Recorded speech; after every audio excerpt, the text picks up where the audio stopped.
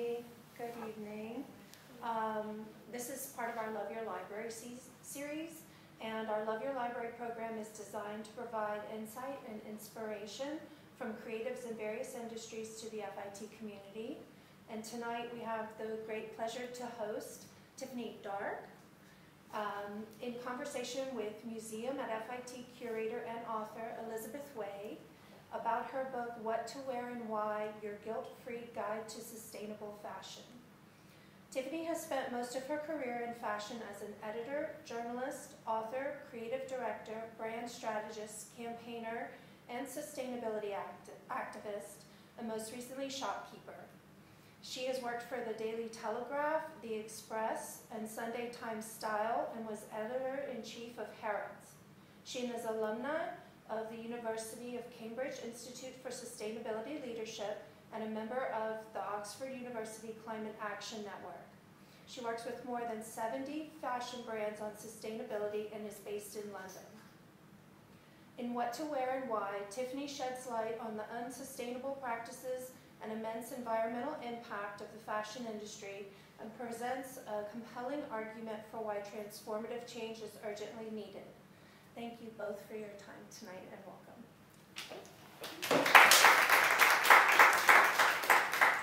Hi everyone, thank you for joining us tonight, and thank you so much, Tiffanie, for coming to visit us here at FIT. I have a few questions that I want to ask Tiffanie just to, so we can talk a little bit more about her book, which is excellent. Very, very easy to read with a lot of really kind of tough information, but like boiled down to very concise in a very concise way. So I wanted to start by asking you to share your fashion journey. What first interested you in fashion, and what was your trajectory in the industry? I started out as a journalist. I didn't start out in fashion at all, and I was working on newspapers. And around the time of 9/11, I found myself working as a kind of news features journalist. And that was a very exciting time to be a journalist because obviously there was a huge lack of information about what was going on, and I was having a great time. And halfway through that, my editor came up to me and said, oh, you know, I was thinking of launching a fashion magazine with the paper. I was thinking you might like to be the editor. And I said, don't pigeonhole me because I'm a young woman and I'm the only person who wears fashionable clothes in the office. And don't ask me to do it. And also, I don't know anything about fashion. I didn't even know what a stylist was. And he said, don't be ridiculous. It's a fantastic job. Go and do it. So I did. And he was right. It was an amazing job. And I was super lucky because this was 2002.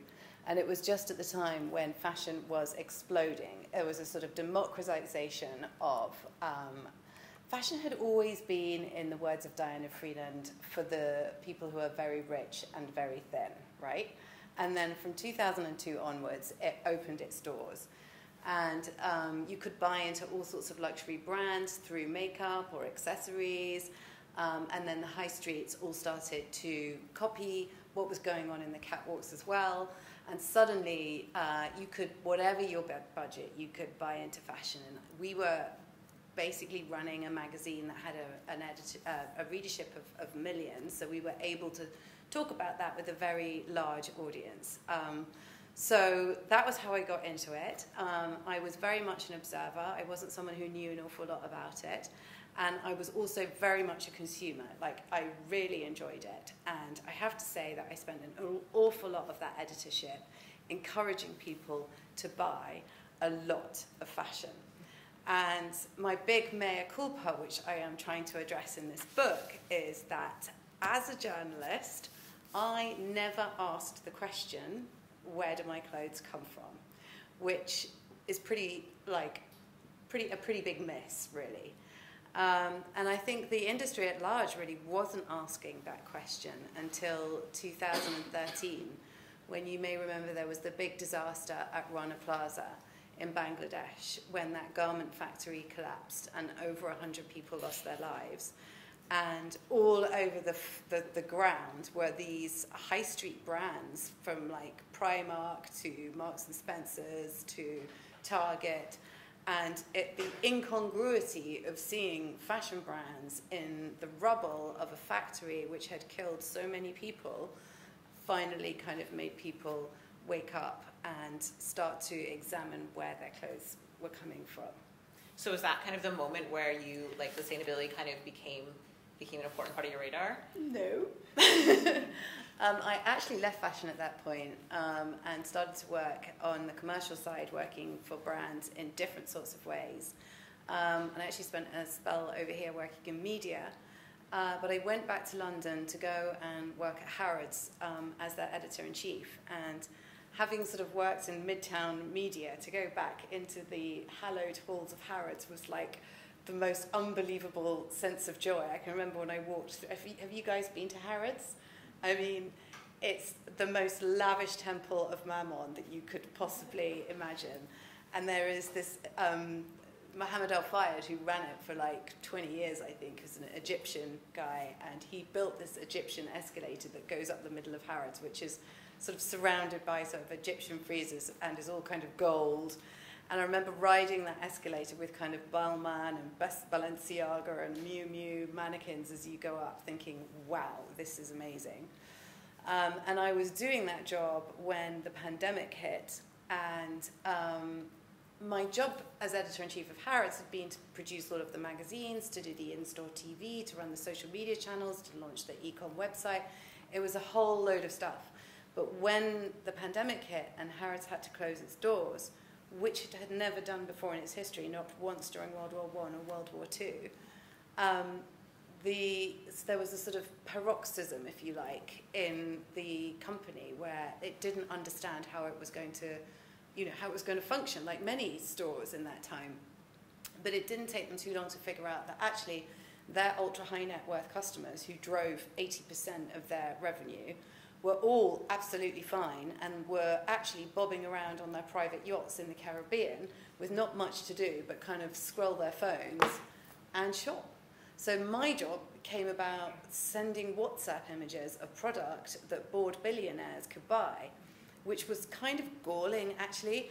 And I remember there was one day where I'd cycled across lockdown London and the empty streets and let myself into the back of Harrods, which was all dark. It was like behind the scenes at the museum. Took some pictures of Louis Vuitton handbags, sent them off to the billionaires, cycled back, and we had in the UK this thing called Clap for Carers Night on a Thursday. And grabbed my kids and got onto the doorstep and was banging the saucepans to thank the nurses. And I was just like, wow, this is not right. There is something wrong with what's going on here. And at that point, I thought I just needed to go and educate myself. So I left Harrods and I took the sustainability course at Cambridge, which was amazing. And, you guys are probably all enrolled in courses here, so you'll know the benefit of really learning about something you care about.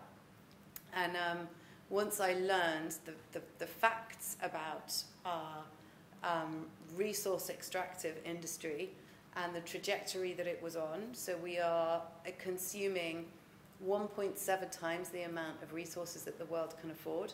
In the fashion industry, we're actually consuming 4 times the amount. And our carbon emissions are not going to hit the 1.5 2030 warming target. In fact, they are set to double by 2030. So we are on a path which is pretty much self-destruction, and no fashion brand is talking about it, or very, very few are. So, and actually, consumers don't really know either, because, there's too much noise, it gets drowned out. So this book is an attempt to try and explain some of the really complicated things that go into the carbon emissions of a denim shirt, for instance, so that you can make choices about how you buy and wear fashion now. And there is literature out there that does talk about kind of fashion and its role in the climate crisis, but I think what's really special about your book is that you avoid shaming, you really address why people like to shop, why fashion is important, but you also... Very happy to shame, by the way. And you also give some real, advice about what you can do to tackle this in your own wardrobe or recalibrate our relationship with fashion. So can you talk about the strategies that you write about, your 5 R's? Oh, yes. Okay, so recycle, obviously. What have we got? We've got recycle, restore, regenerate, rent, and resell, I think. Yes. Yeah. Okay, so regenerate is really about, this is a really interesting one because this is the way that we can actually fix the world. So have you heard of regenerative agriculture? it's basically where you take carbon out of the atmosphere and you put it back into the ground. And it's how we always used to farm back in the old days before we had industrial agriculture and we used loads of pesticides and fertilizers and stuff. But if you think about the amount of the world that is used for cotton farming, for instance, if that was a regenerative farming practice, we would be capturing carbon from the atmosphere and putting it back into the ground, so we would be net carbon negative, if you like. So what we can do is think about how do we farm the materials that we use to make our fabrics so that in fact we're capturing more carbon than we're actually emitting. And Caring, which is the big group that owns like Balenciaga and Bottega Veneta and Gucci and all of that, they've started up they're actually very good in terms of their sustainability practices. They've got a big regenerative fund which they open to lots of people. H&M and Inditex both given money to it, and it is about supporting farmers across the world so that they can transition to regenerative practice. So you will start to see on some labels regeneratively farmed cotton, and you will also start to see in a very small number of places transitional cotton. And transitional cotton is basically cotton bought from farms that are in the process of transitioning to regenerative. So obviously it takes 3 to 5 years to transition, and in that time you really have to support the farmer because their yield is dropping. So actually if you're buying transitional regenerative cotton, you're doing a really good job. And obviously it's not just cotton, it's anything that can be farmed from the ground. So the other thing as well about regeneration as well is if you think about the way that globalization has kind of laid waste, for instance, huge, manufacturing industries here in the US and in the West at large, and it's created a big manufacturing industry in the global South where there are not the same labor laws that we would normally expect, and where there is a lot of exploitation of workers. But it has also left lots of communities that used to rely on manufacturing completely decimated. So if you think about regeneration as well as being the way that you could regenerate a workforce. So it could be like the way that you support Peruvian weavers who, live in rural communities, but, they no longer can sell their wool because someone somewhere is making it in a big industrial way and much, much cheaper. Or it could be, I'm going to actually manufacture my cotton in America. And there is a brand in the book I talk about, American Giant, who has reconnected the cotton supply chain in the US. So he's growing, spinning, and weaving, designing and cutting his cotton in North and South Carolina. And his hoodies are amazing. They're the most incredible quality. They're like $100, so they're not cheap. But you are doing something really quite special with that hoodie. And I challenge you to want another hoodie after you've worn one of those hoodies. So that's regeneration. Restore, you could talk about that in terms of restoring social communities, but obviously also it's about mending our clothes. So we're so used to cheap clothes that actually sometimes it's just easier to throw it away and buy a new one than it is to actually mend it. And back in the old days when clothes were expensive, we used to mend our clothes all the time. There's actually a garment in the Victoria and Albert Museum that started life in the 1700s as a dress, and then by the time it got to a corset, so it had been sort of mended and altered and upcycled and whatever, it was 1850. So it had been in use for 150 years because that was the way people treasured clothes, because they were so expensive, but also, they were very good quality. Rent is an obvious one, so it's not without its carbon footprint, renting. And the business model isn't really there yet, but I'm so excited to visit Newly in Manhattan. Do you guys know about Newly? Like all the cool young people know about Newly. But basically, it's a store, isn't it? And it's also an e-commerce platform where you can subscribe to like 3, 4, 5, 6 different pieces a month. And it's like a circular thing, so it's rentals. So you would borrow them, and then the next month you can change them to something else. And the reason why it's useful as a store is quite often when you rent something, it arrives and it's the wrong size. And if it's like a really important party dress and you've rented it for 3 days in a party and it arrives and it doesn't fit, you'll never rent again. But I think Newly has kind of is beginning to crack it.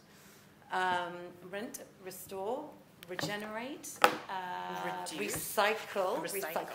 So that is basically taking our garments and making them into new fabrics. So it's quite complicated recycling. Let's start with something simple like wool. So quite often wool times out, it gets eaten by moths or it gets damaged or whatever. If it is 100% wool, it is easy to recycle it, and there are some really good mills, particularly in Italy now, which are recycling cashmere and merino and wool like that. And you'll probably find garments that say recycled wool, or maybe you'll find garments that say recycled cotton. But one thing to know is it's very hard to recycle a fabric if it is mixed with something else. So for instance, if your jeans, the denim in your jeans is mixed with lycra, it can't be recycled because there isn't the technology yet to separate the lycra from the cotton. Equally, polycotton. So if your cotton t-shirt is blended with polyester, again, it can't be recycled. And there are very, very few cotton t-shirts that don't have any polyester in them whatsoever, because normally that thread that they use to stitch the seam is polyester. But really think about that when you buy clothes, actually, because if you want your clothes to be recycled after you've used them, really check the label, because also it'll say it's a wool jumper, but if you turn it over and check the label, quite often it's got like 20% of something else in it, which means it can't be recycled. The other watch out is when people talk about recycled plastic as a fabric. That is also, and I only learned this quite recently because it's a complicated thing to know, but quite a lot of swimwear, for instance, is marketed as sustainable because it's made of Econil, and Econil is recycled plastic bottles. And everybody says, oh, we've taken the plastic bottles and recycled them into fabric. Isn't that amazing? It's not, because once you've recycled the PET into fabric, it cannot then be recycled again. Whereas if you recycle the plastic bottle into another plastic bottle, it can be infinitely recycled. So what you've done when you've turned it from a bottle to a fabric is you've stopped the recycling process. Also, for that swimwear, once it's PET is put into a fabric, it makes it much more susceptible to microplastic shedding. So, and if you're swimming in the sea, you're putting microplastics straight into the sea. So, boring, but unfortunately true. Recycle, rent, restore, regenerate, and Resell. Resell. Well, that's brilliant, isn't it? I mean, we all know about that one. And that should also help you when you buy clothes, because think about your resale price. So actually now, some clothes and bags especially can fetch more than what you actually bought them for. I mean, there are people who are dealing like luxury handbags now who are making money by just, buying them and selling them on. And a lot of the luxury brands are looking at this now, so they're looking at the ways of bringing back archive and vintage pieces as a way of kind of, creating more money. But also, if you buy something that is really good quality, that is going to last, it does mean that also you will be able to, if you get bored of it eventually, you could sell it. So the resale market is really booming at the moment. I mean, you've seen with platforms like Vestiaire Collective and The Real Real, partly because luxury goods companies have put their prices up so wickedly high that it's impossible for any of us to buy into them. Those platforms are doing really well. And it's actually a really good way of thinking about your wardrobe. It's like I'm investing in pieces that I can sell later on. Absolutely. So I love that there's like all of these different aspects and ways to approach sustainability in your wardrobe, and that your book kind of challenges some of these things that are marketed to us as very easy, like recycling or organic cotton, where you talked about it uses so much more water than regular cotton. And so there's greenwashing is obviously something that you address, but to look at your labels and you really examine the information carefully. Yeah. So you have two directives that I would like you to expand on. One is the wardrobe audit, and the other is the sufficiency wardrobe. And so the sufficiency wardrobe, I especially want you to focus on because it seems will probably be a little shocking to maybe the people in this room. Yes. Okay. So I did my sustainability course and I learned about sustainability, and I thought, okay, right, I know how to go about this now. And I actually co-founded a store where we only curated sustainable clothing and was bringing in brands that I thought were doing a really good job, and was feeling quite smug and pleased with myself. And then just over a year and a half ago now, a Berlin-based climate think tank called the Hot or Cool Institute turned its attention to fashion and noticed that all the fashion brands were saying, oh yeah, we're going to hit the 2030 1.5 warming target. And they crunched all the numbers and they discovered that actually the only way we were going to get to that 2030 1.5 is if we all bought much less fashion. And they worked out the number, and the number was 5 items per year. So I've got a lovely Rule of 5 follower in the audience at the moment. So she's on the basketball company. You have to tell us how you're getting on. Sure. Go. I followed another account, I think, and that's how I got into the Rule of 5. I've only bought 3 brand new items this year.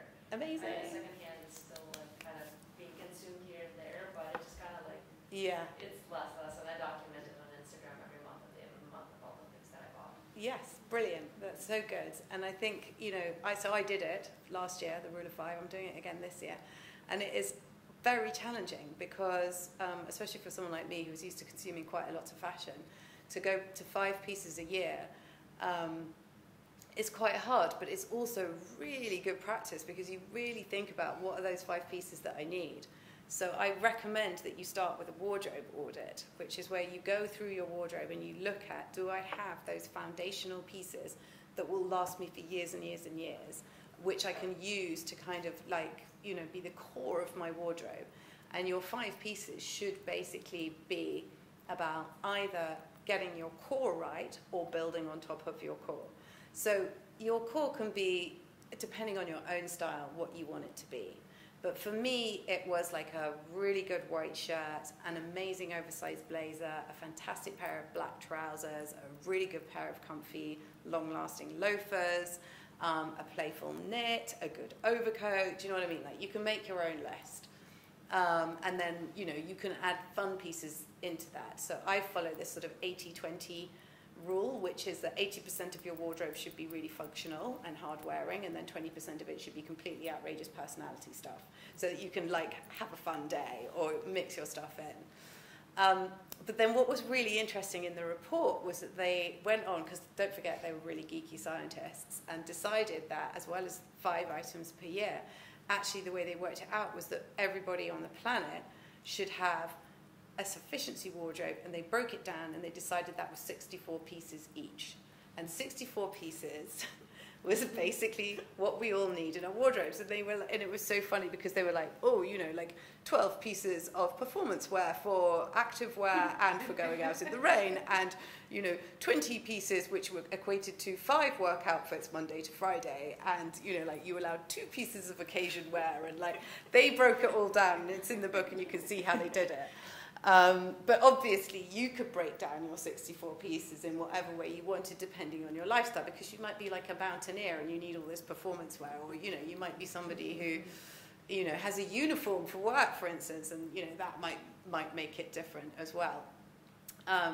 But I think it's quite a nice idea, actually, and I think you could do a really good series on what everybody's sufficiency wardrobe would look like. And it's interesting because when we look at really creative designers like Rei Kawakubo or other, it seems like they're always wearing the same thing anyway. Yes. It seems like they've developed their uniform and they tapped into their style and are pretty consistent with it. So it definitely seems attainable, difficult but attainable. It is. I mean, 5 is a tangible number. Okay, we can all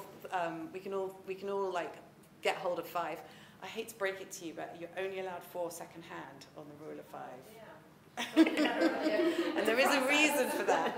The reason for that is that there is no sign that the secondary market is slowing down the primary market. So in fact, if we all just fill our boots with secondhand, it's not going to stop the consumption problem. So yeah, 4 secondhand, 5 new. But this is year 1. It's fine. You're on a journey. It's actually very hard. I'm in year 2, and it is very hard. So the sufficiency wardrobe is quite quite a thing. But I like it because, again, it's a clear directive, something to aim for, something tangible, instead of kind of being overwhelmed by all of this news. And it is our boundaries. That's this is our planetary boundaries. This is actually all we can afford. Mm-hmm. So, and you go into as you mentioned before, the costs in terms of pollution and in human labor of, this fast fashion. But you also talk a lot about some exciting future fabrics. You already talked about regenerative agriculture. So could you mention some brands that you really admire for kind of pioneering this more sustainable way of making? Yes. So, don't worry, because science is coming to save us. So it's just a question of, are we going to trash the planet before science gets there to save us? Okay. Mm-hmm. There's a really good book called The Wizard and the Prophet by a man called Thomas Mann. And he talks about the prophet is someone who says, doom and gloom is coming, we all need to kind of be more parsimonious and stop doing everything we're doing. And the wizard says, don't worry, science is going to figure out a way. And science is already figuring out amazing ways. So there are some incredible fabrics out there which are grown from like bacteria or from like, kind of cells or from algae blooms, or, you've heard of all of those alternative leathers that are from mushrooms and bananas and pineapples and all those kind of things. But the problem with all of those fabrics is that they are not at scale yet. So at the moment there are sort of, like hundreds of thousands of miles of cotton made every day, which is feeding the demand for cotton that we have right now. So to build the infrastructure to replace that with a regenerative material is really, really hard. There is actually a company that I think is amazing on the west coast of America called Natural Fiber Welding, which has figured out how to make leather out of mushroom, but with no polyurethane backing. So most vegan leathers have plastic backing. Mirum doesn't, and then they've also managed to kind of, from the same molecular structure, to make like a foam, and then also a sort of spongy thing as well. And actually, they've just done a deal with BMW to do all of their kind of leather car seats. But his big problem is he can't get the funding to scale that he really needs. There's also another really cool company called Colorifics, which has figured out a way of dyeing material which is absolutely mind-boggling. So at the moment, the dyeing industry is hugely polluting, so it's very, very toxic chemicals. You have to boil fabric for 7 to 9 hours with all of these chemicals at a really high temperature, and it happens all over the world. And if you go to dye factories in India or Bangladesh, you will see awful, awful things, because there's no health and safety there, and the workers are being made very sick by the conditions that they're working under. Colorifics has worked out how you can train bacteria to mimic the colors of nature and to go into textiles and turn them a different color. And they can do it all in 3 to 4 hours at a 30-degree temperature. So it's like crazy, absolutely crazy science. And the brilliant thing about it is it can just plug into existing dye factories. So they can sell you the bacteria in a canister like this. They can sell you the feed for the bacteria, and you literally just plug it into your existing structure. So that could absolutely, totally transform the dyeing industry, which would have a huge impact when it comes to kind of emissions and pollution. One brand I would recommend is Pangaea. Do you know Pangaea? So they say they're a material science company. But they do like hoodies and t-shirts and jackets and so on. They do a down jacket where the down is not made of synthetics or feathers, but it is made of wild flower petals. So, they do amazing stuff. They have like a peppermint wash that they put on all clothes, which is basically to make it last for longer, so you have to wash it less. They do a lot of regenerative and transitional cotton. They do a nettle denim, so they make it out of nettles rather than cotton, which is a lot easier to cultivate. And they can source it from communities where, I think it's a community in the Himalayas, which has allowed it to support kind of small rural communities who can farm this crop really well and subsist and do a good job. So yeah, I would recommend Pangaea. So we did mention greenwashing, but you also mentioned the terms green hushing and green wishing. And so could you describe these terms and what we as consumers should be out on the lookout for if we want to kind of actually consume sustainably? Yeah, I mean, green wishing is where you kind of want something to be more eco than it actually is. So an example of green wishing might be, here's my H&M t-shirt that I bought, but I'm not going to throw it away. I'm actually going to recycle it. I'm going to take it along to my H&M store and put it in their recycling bin. Aren't I doing a good job? And then actually the reality of that is that only 50% of that material, of those garments that are put in the recycling bins, actually end up being sold and worn again. Most of them end up being transported around the world, and a lot of them are just burned, and they're made of synthetics, so that produces a lot of toxic chemicals. There's a very good NGO called the Changing Markets Foundation, which did this thing about 6 months ago, where they put 20 items of clothing in H&M stores around Europe and the US, and they put trackers on them and they tracked them. and they could find out exactly where they went. And one of them was still on a boat in the South China Sea, like 12 months later. You know, one of them had gone to an incinerator. You know, none of them had ended up being resold because it's so problematic, the recycling industry. There just isn't the infrastructure there at the moment. Everyone wants there to be, and everyone assumes that it is there, but you know, basically, as I said, 50% of it does not get resold, which is why you have to be really careful when you buy things, that when you pass them on, you know they're being passed on somewhere where they are going to get resold or someone is going to use it. You're much better off gifting it to somebody in your community that you know needs it or wants it or would make use of it than, you know, dumping it on a charity shop, you know, doorway, because only 50% of charity shop stuff gets resold. So that's greenwashing. Greenhushing is really problematic because of the whole greenwashing scandal. Companies are now really nervous about making claims to be green because they think they're going to get cancelled because there's been so much bad practice. So what's happened now is that basically very few marketing departments will market the product based on ecological and environmental principles because they're worried about being shut down. So instead they focus on other things like desirability or trend driven or worn by a celebrity or those kind of things because they're just a much safer bet. So the greenwashing thing, although it's really good to call out greenwashing because it is, you know, deceiving us, has also had this unfortunate sort of backlash, which is greenhushing, which is nobody wants to talk about it anymore. And you may have noticed that actually kind of post-pandemic there was a big push for sustainability, and now the fashion industry is like not even talking about it, and that is greenhushing. So a really important point that I came away with from your book is that sustainable wardrobes can be better wardrobes. They can be good for the planet and fashion workers, but also make us feel good, make us feel more confident, help us save money, and allow us to experiment with our style, express our personalities. So related to this idea, one of my favorite parts of your book is on Dr. Carolyn Mayer's work on clothing's role in our conscious and unconscious. So she's a fashion psychologist who delves into emotion and memory and how they create more sustainable relationships with our clothes, sustainable relationships with our clothes, driven by things other than just newness. So can you explain this concept a little bit and maybe give us some examples from your own wardrobe of this effect? Yeah. So I think if you think about your wardrobe as basically the library of your life, so it's a bit like books or a record collection. Like if you look on your bookshelf or, you know, in your music collection, there is an emotional memory that is connected to quite a few of the things that you've read or listened to, and it's the same with your wardrobe. So you might have like a jacket in there that you wore when you went to an interview and you like totally got the job. Or there might be a dress in there that you wore when you went on a date with somebody and you completely fell in love with them.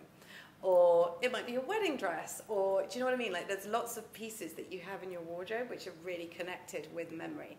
And Dr. Carolyn Mayer talks about how the neuroscience of memory creates a stronger value relationship with the object. So when we remember, we look at something and it triggers a memory for us. It also creates a dopamine rush. So therefore, the value that we attach to that thing is stronger than if we didn't have any memories attached to it at all. So that's kind of scientist neuroscience speech for what we all know, which is we love something because it's been on a journey with us, and it's part of our lives. And, you know, I've got lots of pieces in my wardrobe which I look at and they've got strong memories attached to them. The one that I would pull out, though, is I bought with my first paycheck in the 1990s. There was this amazing store called Joseph on Brompton Cross. And it was real 90s aesthetic. There was like lots of black trousers, lots of helmet lang, you know, lots of kind of beiges. But it was, in those days, you could still sort of afford to buy that stuff. But I was like, it was my first job, so I wasn't earning an awful lot of money. And I remember walking in there in the sale, and there was this incredible black dress, leather, sheath dress that had a sort of A-line skirt with a slit up the back. And it was reduced from £600 to £300. And I thought, I can't possibly afford that. And I tried it on, and it fitted me like a glove. And as I was looking at myself in the mirror, the designer, Joseph Fatejuli, was in the store, and he came up behind me, and he like posted his head over my shoulder, and he was like, well, that looks very good on you, you should buy that. Okay. And I still have that dress in my wardrobe because, even though now I wouldn't wear it as it is, I can wear it with a white shirt underneath it and like with black tights, and it's still, you know, I can still wear it, and it's what, maybe even nearly 30 years old. So that for me is one of my most valued items. I also have a Mazzoni dress, which I've told my family I want to be buried in. Because I've probably only worn it 2 or 3 times and probably will never wear it again, but it's the most exquisite, beautiful dress. I love this idea that we can have this wardrobe that means something to us, that is special to us, and every wardrobe, or every piece in your wardrobe is like, you know, Marie Kondo, it's like sparking joy, and that we don't have to have all this junk that just, you know, takes up space. Yeah, that you don't think before you buy things. Like, you could be walking along a high street and you can just like mindlessly walk into a Zara and you'll be like, oh, that's a nice shirt. Oh, it's only $40. Duh. Bought. Mm-hmm. And you get it home and it's actually not that good quality. And you might wear it once or twice and then you go off the colour and then you just don't wear it for 3 years and then you chuck it in the recycling or you chuck it away because there's just no meaning that's attached to it. So one of the tricks that I used on the rule of 5 was I made myself wait for 2 weeks. If I really wanted to buy something, I gave myself a 14-day cooling off period. And honestly, there was virtually nothing that I wanted 14 days later as much as on the first day that I'd come across it. But if I did, that meant I really wanted it, and I'd put that much thought into it, and I'd sort of strategically thought about how it fitted into my wardrobe, and therefore it was going to be okay. And I did make one massive mistake as well. Like the 3rd item that I bought that year was a total impulse buy. It was a pair of gold silk cargo trousers, which were definitely not a foundational piece of clothing.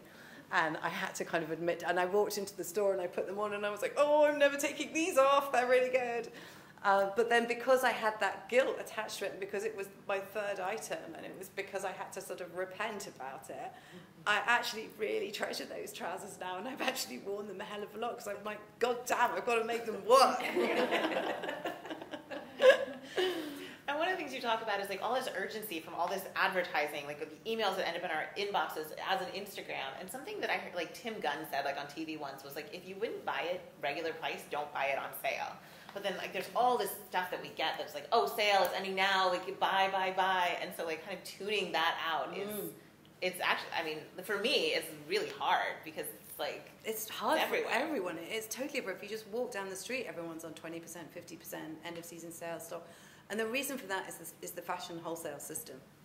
So basically, you have to order a big chunk of stock, and the trend cycle and the seasonal cycle means that you have to create newness. So you're constantly coming to the end of your season and having to replace it with new stock, but you've still got all this stuff that you've already made that you've got to get rid of quickly, and you've got to monetize it so that you can make the order for the next season. So the problem is as well that as consumers, we've become totally trained to the fact that actually we don't pay full price for stuff because they're only going to mark it down in 2 or 3 months' time, so we'll just wait for the markdown. So that has been like a sort of, you know, like ever decreasing circle for fashion, in that if it can't sell stuff full price and it has to sell it like at discount, then how's it ever going to make any money? So it has to like keep the newness going, so more and more seasons and more collections to keep you kind of like, oh, I've got to get that now because that's the piece that I need for autumn winter, quickly. But actually, I think what's quite interesting now is that with the speed of information and also with TikTok and all those kind of things, is there are so many trends right now and they can happen so quickly that it's actually impossible to keep up. And you might have noticed there's this sort of quiet luxury or stealth luxe trend, which is basically just normal fashion. Because, you know, it's like I'm so confused about whether I'm like a hot tomato summer girl or like new cottagecore Puritan or whatever it is I'm meant to be. I might as well just buy the really nice oversized blazer because I know that will last. So I think, you know, fashion will kind of end up eating itself because, or has ended up eating itself because the trend cycles have got faster and faster. But yeah, I mean, you know, I think one of the brands that I do shame in the book is Shein, you know this, and you know Shein and Temu, because they're just like, you know, they're just completely incorrigible because they are built on an incredibly high volume, low cost business model. So the only way they are going to be profitable is if they sell thousands of millions of products a day. So they might try and tell you, and they're doing a bloody good job of trying to paint themselves as being like, you know, warriors for sustainability, but don't believe a word of it because fundamentally their business model is shot, which is you can't make that amount of synthetic material which doesn't biodegrade and sits in the Atacama Desert for thousands of years, not biodegrading, and say that it is not polluting, because there's no second life for any of it. Even though they say, oh, it's like made to order. But I mean, I really don't recommend you do this, but if for one reason or another you click on a Shein ad, or you pause on a Shein haul, or something like that, you will then be chased around the internet by their kind of like fearsome AI-driven algorithm that will hound you into buying something from Shein. And you could see this like with any product now, you know, whether it's a Victoria Beckham eyeshadow or just anything that's got a big digital marketing machine behind it. Once they know that you're the slightest bit interested in that product, they will follow you everywhere until you actually buy it. And it's so hard to turn all of that stuff off because it's everywhere.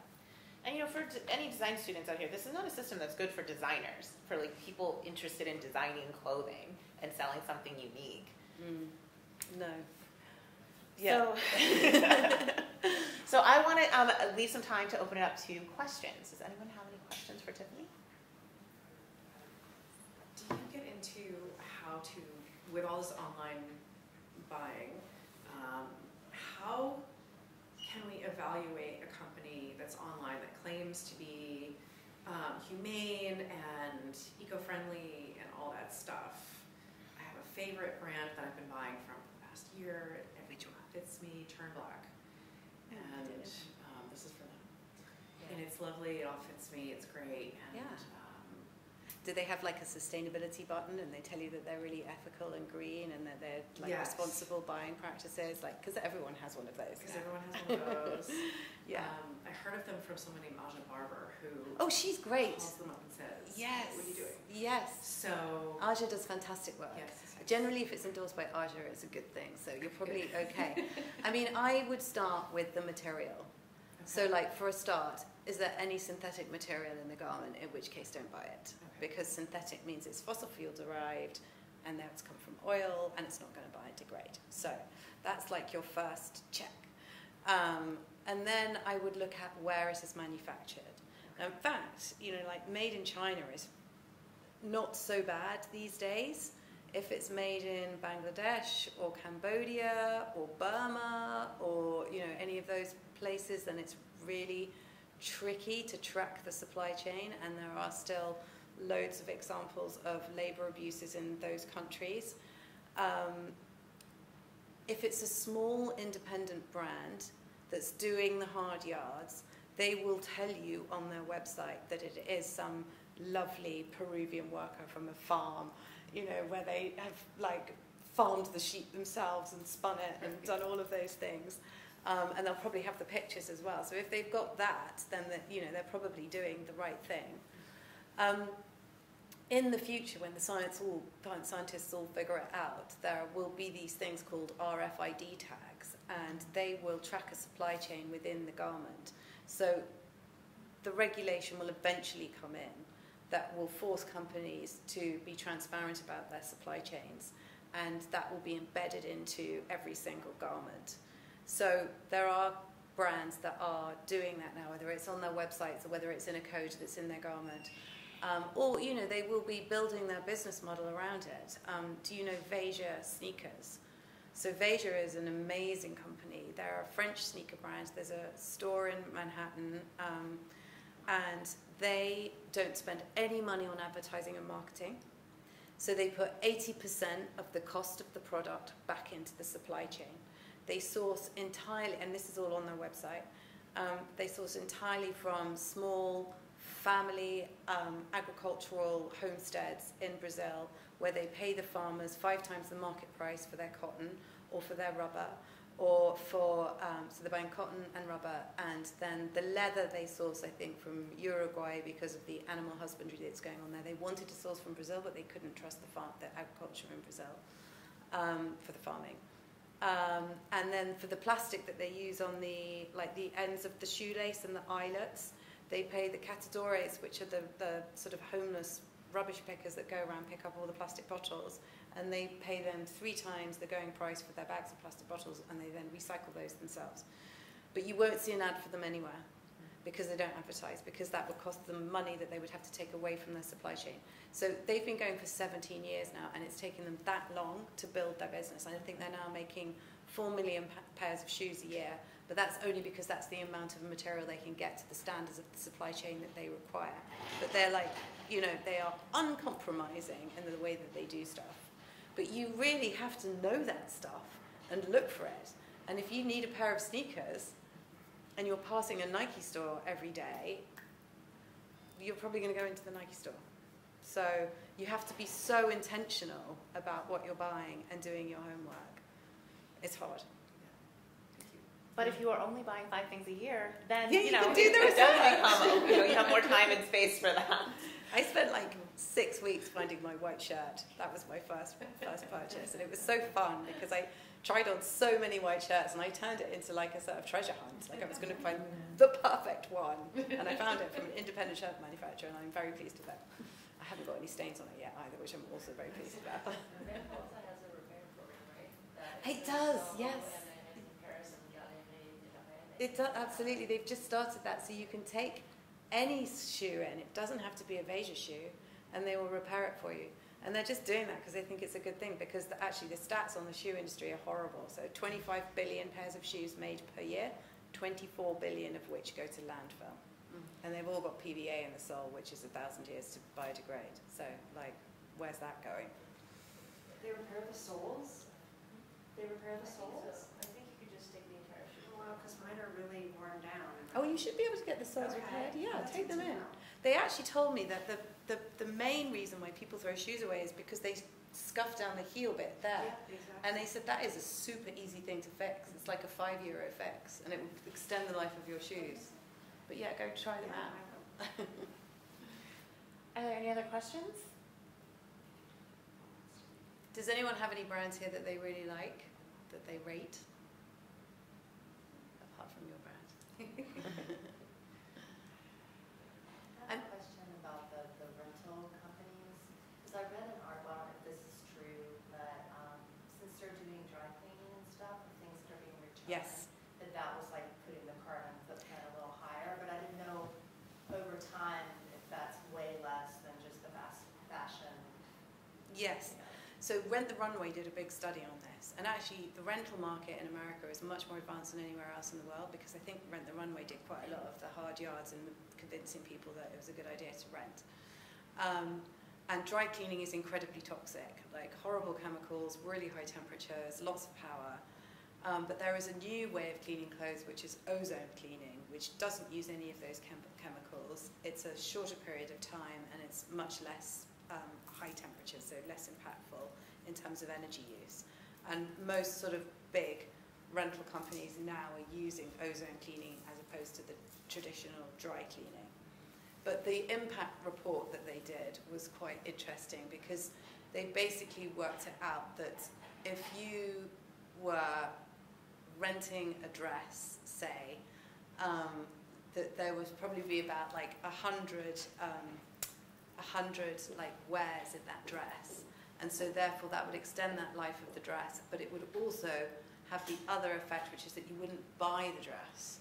So there was a sort of double impact with rental, which is that not only were you extending the life of a single garment, but you were stopping the consumption of like 100 more dresses as well, which is quite a neat way of looking at it.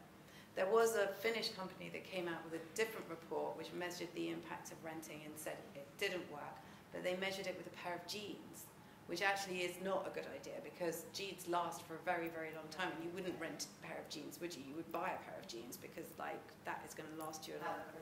Yeah, yeah, yeah, yeah. And if I may, Rent the Runway is for me, that's how I've heard my purchases, just because you keep getting these dopamine hits every time you open these rental bags. And I mean, with social media and everything, like, I get bored very, very easily. And my job is very boring, because I do have a full-time job aside from influencing. And so every time I open the bag, and like, I'm like, oh, great, this is great, this is great. I wear it 2-3 times, I'm like, okay, I'm bored. And on like vacations, I just came back from one, did not buy a single item.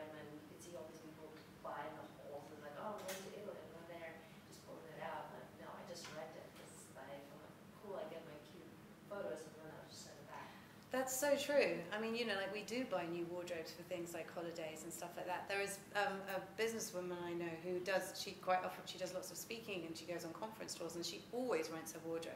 Because the other thing is that when you're renting, you know, it's like you can be a lot more brave because there's a lot less investment in it. So you can like rent the bright pink Stella McCartney suits because A, you could afford it, and B, you don't have to think about whether I'm going to wear it that much. I'm probably going to wear it once or twice, and I'm going to make a big impact with it, and then it's done. So you can be more than you think you can with renting. And it's also like kind of buying your way into it, sort of like a status symbol. And if somebody asks like, "Oh, what are you wearing?" I'm wearing Stella McCartney, and Yeah. they're like, "Oh, okay, this person is." Yeah, they don't know you're returning it. I have a friend who covers parties for Vogue, and she rents almost everything because Vogue doesn't pay her so much that she can afford a designer dress like 7 nights a week. You know. Yeah, but that we have limited closet space. We live in New York City. Yeah, I know. For coats, it's like a massive thing. So you can actually, there are some companies now that you can rent per month. So it's a great way for like February or March when it's super cold, just like rent a coat, and then you don't have to store it for the rest of the year. So yeah, big fan of renting. Does anyone have a final question? I just want to bring up a point because Tiffany and I were going to talk together at the New York Society Library last week, and one of the things that an audience member asked was about mending and where do they find someone like a tailor or someone who can mend their clothes. And the thing I thought is like, we have all these design students at FIT who can sew, who can do pattern makes and all the things. So it might be a side hustle or even a business. Like, you know, if you're out here with these skills, people are looking for them. Yes, that's such a good idea actually, and I think as this movement grows, and it will grow, people are really looking for like skilled seamstresses because also we don't have those skill sets anymore. We don't learn them in schools, we don't learn them off our parents.